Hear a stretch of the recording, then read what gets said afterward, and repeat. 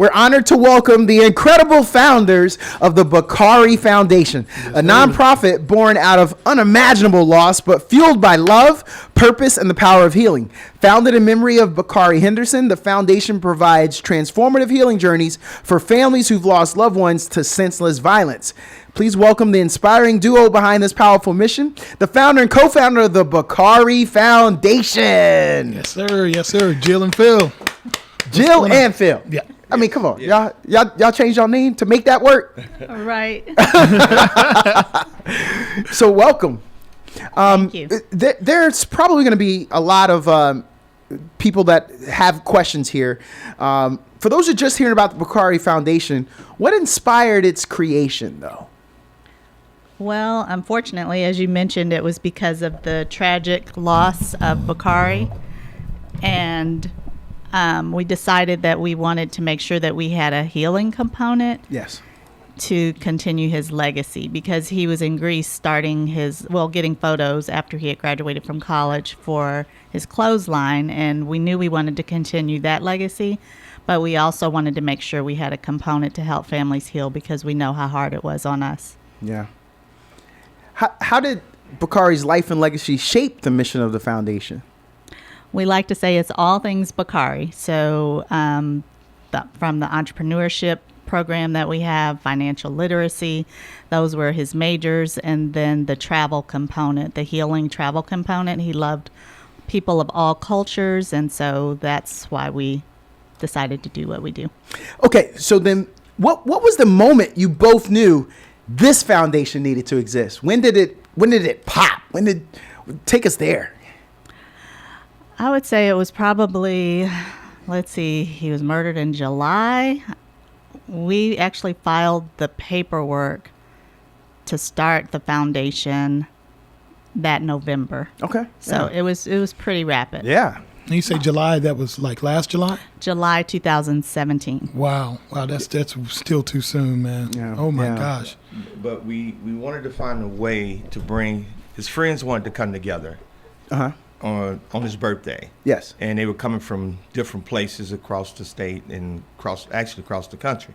So we decided, let's just do one big thing and bring everybody together in one particular place. Okay. And that's when we decided let's just do this. And one of his friends suggested that it'd be great to bring everybody in at one time and have this event. So that's what started it as well. Helped us know to bring everybody together. Yeah, the actual events, that's true. Yeah. Jill and Phil, as founder and co-founder, how have your roles evolved over the years? Because we know you're carrying a lot of hats and you're trying to do a lot. What's that been like?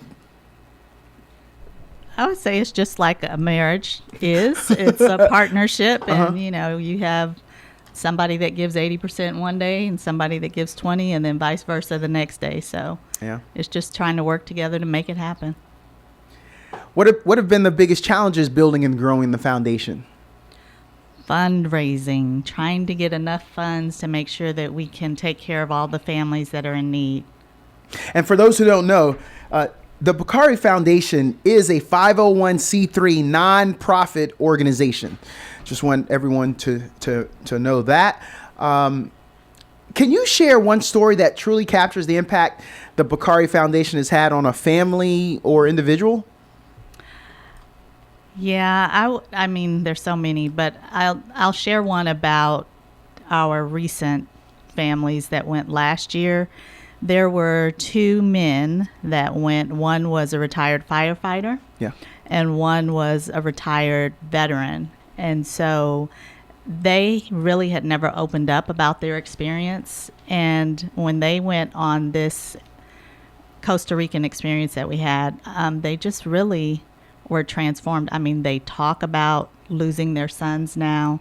They come to the events. They try to help other families talk about it. And so to see the men open up is really incredible, because a lot of times they just hold it in. And one family, they had been dealing with it for 18 years. God. Yeah, it's hard. It's hard. I think for men, and I've talked about this with other guests, is that we've always been the pillars, or expected to be the pillars of what happens, and everybody's coming to you, and they're all full of emotion, of course, but it's a matter of saying, okay, I got you. But then it's like, okay, who recharges us? You know what I mean? Who recharges us? Because Exactly. that human factor, man. You could be the strongest dude in the world, boy, but something happened, you turn into a wet cotton ball. You done. You know what I'm saying? That's true. Yeah. That's true. Speaking of the emotional weight, and we're talking to Jill and Phil, co-founders of the Bakari Foundation. How do you balance the emotional weight of your mission with the operational realities of running a nonprofit? That part is hard because, we're still healing. Healing takes place daily. And so the beauty of it is we are bringing these people along on the healing journey. So now we have a supportive community where we're all helping one another. Yeah. So we can depend on each other to lift us up in those times of need. I like that. So one of the things that we want to talk about also, the Monte Carlo 7th Annual Legacy Event. Pew, pew, pew. Yeah, this looks really good. What does the Monte Carlo Legacy Event represent for the foundation and your family? It just represents, I would say, Bakari and his love for festive environments, bringing people together to have a good time. And so it should be a real uplifting night. So to tell everyone a little bit about it, so the kickoff legacy weekend, there's going to be a Monte Carlo rooftop party. You guys are going to be celebrating Bakari's milestone 30th birthday. There's going to be a relaxing vibe, cocktails, free food, music by DJ Yaya.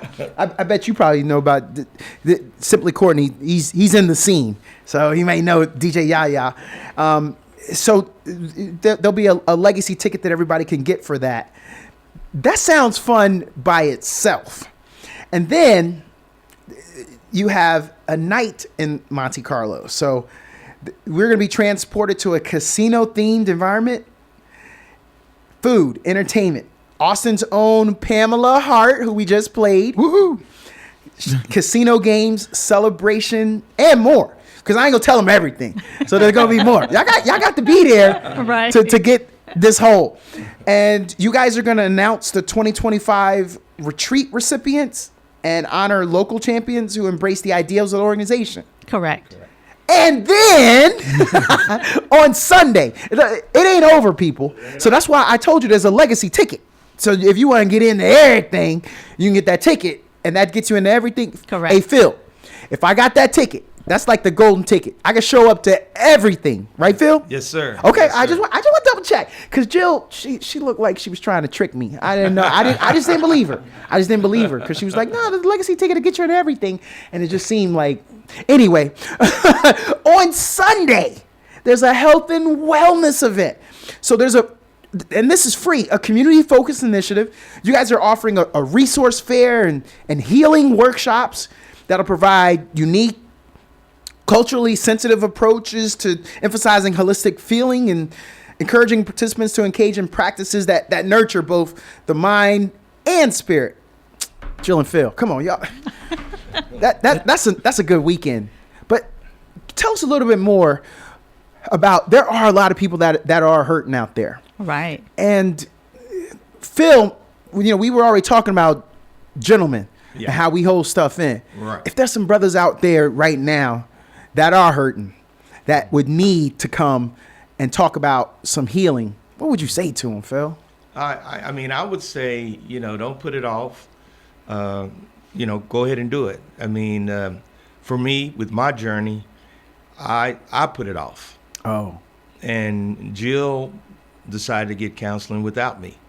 And she was cool about it. She didn't push me, but she would ask me. Mm-hmm. And then the kids were looking at me, and I'm, hey, I got it. I kept telling Jill I got it all together. Yeah. Which I thought I did, but I Yep. didn't. Yeah. So I had to, eventually, I went to counseling, and I realized how much it helped me get back to myself, just be myself again.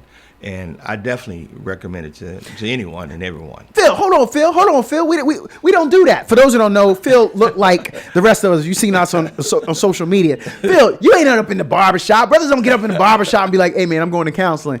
Phil, you look like a thick dude, by the way, too. You got some stature on you. You say this in the barbershop? Because you just said this on the airwaves, and you don't look like you afraid. You went to counseling? Yeah. I mean, I had to do what I had to do. You Yeah, know? man. It wasn't easy. It wasn't. I never thought of myself going to see a counselor or anyone, but the situation got to where I had to. I wasn't myself. See, we don't do that, fellas. We don't. Y'all know we don't do that. Yeah. We bottle it up. We compartmentalize. Last thing we do is try to get that help that's out there. Yeah. Big Mama though, Jill said, "All right, well, hey, you ain't going? No, I'm going. Yeah, exactly. I see you when I get back." Yo, Okay, Jill. Jill said, "You ain't gonna slow me down. Yeah. Nothing gonna break my stride." Nice. What does healing travel mean, and how do these trips transform lives? So let me just say it is really not a trip. It is a true experience. Oh. And what it is we take 2 licensed therapists with us, and we're there for 7 days, all expenses paid for the families. And we do a lot of hard work. Every day we have therapy, different variations of group therapy. It may be the mothers together, the fathers together, the siblings, and then we just break up different group settings, and then we come together and have therapy. But then we also do interactive activities with the community, just to make sure that we're engaged and understanding how to eradicate hate, because you have to understand people for who they are and not just look at people on the outside. Jill, I'm gonna ask you step to the side for a quick second. I want to talk to Phil. Is Phil in the building? Phil, you here? You still here? I'm here. All right. I'm here. Hey, Phil, can a brother cry, man? Like, my dad died, and I found out over the phone, and I was with my girlfriend at the time, now wife. Man, I broke down, bro. Like it came out. I can't remember crying as a man, but I did. Now, I just made the joke earlier. I ain't saying I'm in the barbershop leading with that, but yo, Phil, can we cry, man? Can that be a way to outlet? Sure. Yeah, I think it is. I just feel like that's something that we don't do. No, it's true. We don't let it out. We keep it in. And I wanted to know if you put your therapist hat on, if you could help us start to realize, because I think this is some of the things we're all thinking. We're all going through it, and we don't want to work through whatever we're feeling.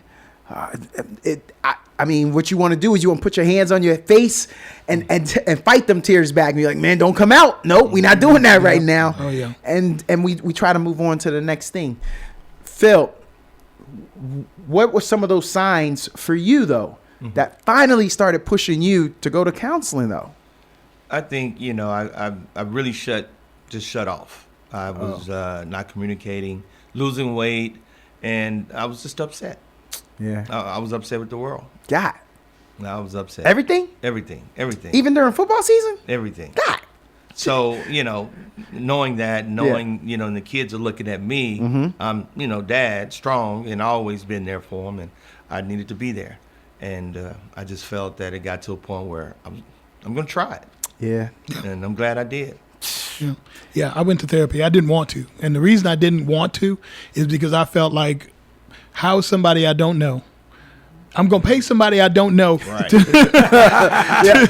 to try to get into my head. If it's somebody that I do know, it's be like, bro, yeah, you know me, you knew my mama, da-da-da-da. But I went ahead and I did that. And so I definitely encourage people to do that, encourage people to find it. You're going to have to look for a good therapist. You know what I'm saying? I would relate it to car shopping. You're going to see a car and you're going to see it's new. It's going to say, okay, but it may not feel right once you get there. It'd be like, okay, let's try something else. My question, I guess, would be, now you've got this event happening on Saturday and Sunday. Does the Bakari Foundation have anything beyond that they can assist people with? Because the grief, it's a good place to start, but beyond that, can you take somebody there who may come to the event and say, this was good, I need more, or can you assist me with something more than, in addition to this, I should say? Yeah, I would say we do have support groups, and most of them are virtual so that people don't have to worry about trying to get to a different location.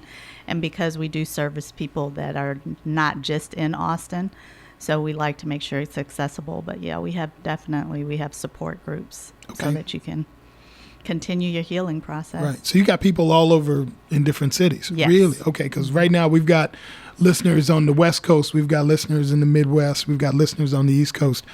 So give us your information, your contact information. How can we find you online? So you can find us at the BakariFoundation.org, and that's BAKARI, the BakariFoundation.org.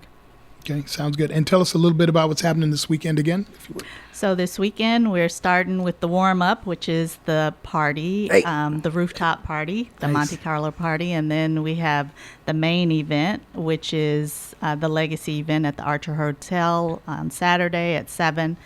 And then we have Sunday, which is your warm-up, your cool down. So Right. that'll bring you back down, help you to actually understand how to do your healing for yourself, because we understand times are hard for people, and we want to make sure that they have a way to learn how to self-regulate. So that's what that event is about, and that's free to the public at the Austin Public Library downtown from 1 to 4. Nice, very nice, very nice. Well, we certainly appreciate y'all coming through and continuing Bakari's legacy and helping others heal, while you also help yourself heal as well. And that's not easy to do. Person get very selfish. It's like, I need to heal before I give you, and back up, let me do my thing. But the outreach, I think, is so needed, and I can tell you that from personal experience. I think each one of us in here, all three of us, have had to deal with that. Mm-hmm. So yeah, we certainly appreciate it. Is there anything else you would like to let folks know about before we close out? Yeah, I guess we also haven't touched on the fact that we also work with Northeast High School and provide them with financial literacy and entrepreneurship programs. So we're trying to embody everything Bakari, and so that way we're bridging the wealth gap and helping these young people to understand that you may not have a corporate job that pays everything, and we know that a lot of kids want a side hustle, so we want them to have the tools they need in order to be successful. Okay, so Northeast, that's Old Reagan High School, right? Yeah, okay. Correct. Reagan High Got School. Old Reagan. Oh my Bakari goodness. was a finance major. Really? Ah. Wow. Yeah, he was a finance major, so we decided to put that into the school. I'm excited about the event, and before we go, I just want to remind people this is a chance for us to get fly with the Monte Carlo theme and the casinos. But I want to talk to Jill. I want to talk to Jill right here. Let's get Phil out of the building. Jill, that means I get to get fly, but you need to keep Pinky from Friday, Clifton Powell looking Phil away from me, because I know he gonna be fly, but I'm gonna be fly, but I don't want him to be fly next to my fly. So you can keep a little space. So here, I want him to be in my pictures. But I'm excited. I appreciate y'all coming in and having a little laugh. This is a serious, but we wanted to keep people in tune. We want them to listen to this entire time with y'all, understand that something heavy has a light that came from it, and that this event this weekend, this legacy event, is exactly what we all should be asking ourselves: how can I start healing? I mean, I think that's what it comes down to. What can I do? Y'all don't sound pushy. So Right. It sounds like I can just go and I can just listen. I can just stand in the back and just listen. It don't sound like y'all gonna make me do anything. Nope. And then I could just take from it what I will, right? Yeah. Yes. Okay. Yeah. There All right. will be some hands-on opportunities to do things, but you don't have to do anything. Oh, see? Awesome. I like that. And people have told you look like Clifton Powell before, right? No. No, But that's really? cool. That's cool. Oh, what? Hey, we do an obligatory social media pic at the end. So I want y'all to get in the comments and let's help Phil find out if he's a doppelganger For Clifton Powell, yeah, for yeah. somebody famous. Exactly. Merry Christmas. Oh man, we appreciate y'all so much, man. Thank you for coming Thank through, you. and good luck this weekend. And for anybody, honestly, if you are dealing with loss and you need to start healing, today's the day. 48 hours from now, 72 hours from now, start it up. I'm telling you, it may seem kind of odd, it may seem kind of weird, or something you don't want to do, but I can promise you, from firsthand, it's definitely something you want to do, and you can start with the Bakari Foundation. www.thebakarifoundation.org. BAKARI. There it is. Thank y'all very much. Appreciate it. All right, more with the morning grind.